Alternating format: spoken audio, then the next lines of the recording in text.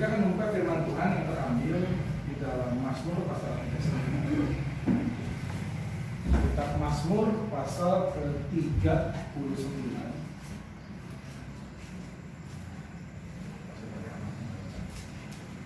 Ayat 5 sampai ayat ke-8. Kalau menggunakan HP, ayat 5 itu berarti yang di dalam kurung. Karena di HP ayat sama nomornya berbeda ya. Ayat 5 itu dimulai dari kata ya Tuhan beritahukanlah kepada. Kita baca bergantian. Nanti yang pria, yang laki-laki, ada beberapa orang. Yang ganjil ayat 5, yang perempuan ayat yang genap. Jadi dimulai dari laki-laki ganjil, genap, ganjil, genap. Jadi ditutup ayat 8. Hari Kristus ya, hitungan ketiga dari ayat 5 Mazmur pasal 39. 1, 2, 3. Ya Tuhan, beritahukanlah kepadaku ajalku dan kata sebutku, supaya aku mengetahui padanya aku.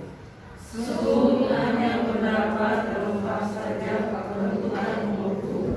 Bagimu hidupku seperti sesuatu yang hampa. Ya, setiap manusia hanyalah kesia-siaan.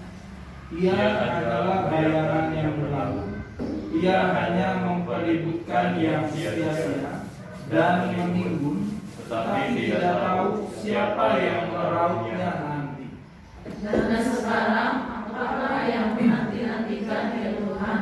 Kepadamu lah aku berharap. Ya. Menarik kali tentang doa minta tolong. Ini Mazmur Daud. Ayat 1 jelas dikatakan Mazmur Daud. Dikatakan ya Tuhan beritahukanlah kepadaku ajal. Apa batas umurku? Supaya aku mengetahui betapa fananya. Jadi kehidupan manusia begitu fana. Nah kalau kita mengetahui kita begitu fana dalam hidup ini, berarti hidup kita ini adalah kesempatan supaya kita semakin sungguh-sungguh, kesempatan supaya kita semakin menjadi dekat, dan kesempatan supaya dalam kehidupan kita ada teladan-teladan yang bisa kita tinggalkan dan diteruskan oleh orang-orang yang melihat kita, mendengar kita, sehingga ada hal baik yang bisa kita lakukan dalam kehidupan kita. Harimau mati meninggalkan belang, gajah mati meninggalkan manusia, mati meninggalkan nama lain. Ya. Nah, suatu saya baca dulu. Dikatakan suatu ketika ini ada seorang yang bernama Don, tapi tidak diteruskan siapa Donnya. Apakah seganti berjuang saya tidak tahu. Tapi dikatakan dalam buku ini adalah namanya Don. Nah dikatakan di kisah ini, Don ini haus akan keberhasilan. Pada usia 30 tahun, ia memiliki bisnis sendiri, mengendarai sebuah mobil sport, mempunyai sebuah rumah di pantai, sebuah kondominium dekat kantor, dan pemilik sebagian sebuah kapal. Ia tampak hebat dalam berbagai hal, benar-benar menjadi bujangan idaman. Dan tampaknya ia bertekad mengencani wanita sebanyak mungkin. Namun di usia yang ke-31 tahun, Don diserang oleh sebuah penyakit kanker.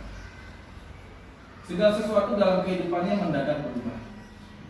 Syukurlah ia mampu membuat suatu lompatan besar dalam kehidupannya, dari hidup untuk dirinya sendiri yang menuruti keinginannya sendiri, menjadi hidup yang mengekspresikan kebutuhan untuk takut akan Tuhan dan melakukan kehendak Tuhan. Don segera mengevaluasi kembali prioritasnya. Dan 4 tahun kemudian ia berkata, setelah saya dirawat di beberapa rumah sakit dan mendapat sejumlah perawatan yang berbeda, saya mengalami remisi, yaitu lenyapnya gejala penyakit 2 kali Tetapi saya juga mengalami 2 kali penyakit itu kembali. Saya telah melihat orang-orang yang mati, namun saya juga telah melihat orang-orang yang sakit bisa bangkit dan hidup kembali. Dan di atas segalanya saya telah belajar apa yang penting dalam hidup ini dan yang tidak penting. Selama menderita sakit, Don menikahi salah seorang wanita yang ia kencani, dan setahun kemudian istrinya melahirkan seorang putri.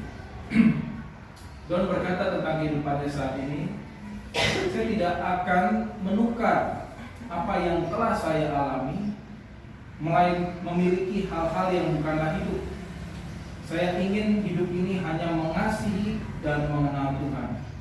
Faktanya adalah entah saya masih ada di bumi ini ataupun saya sudah meninggal, saya ingin dalam kehidupan ini mengasihi dan mencintai.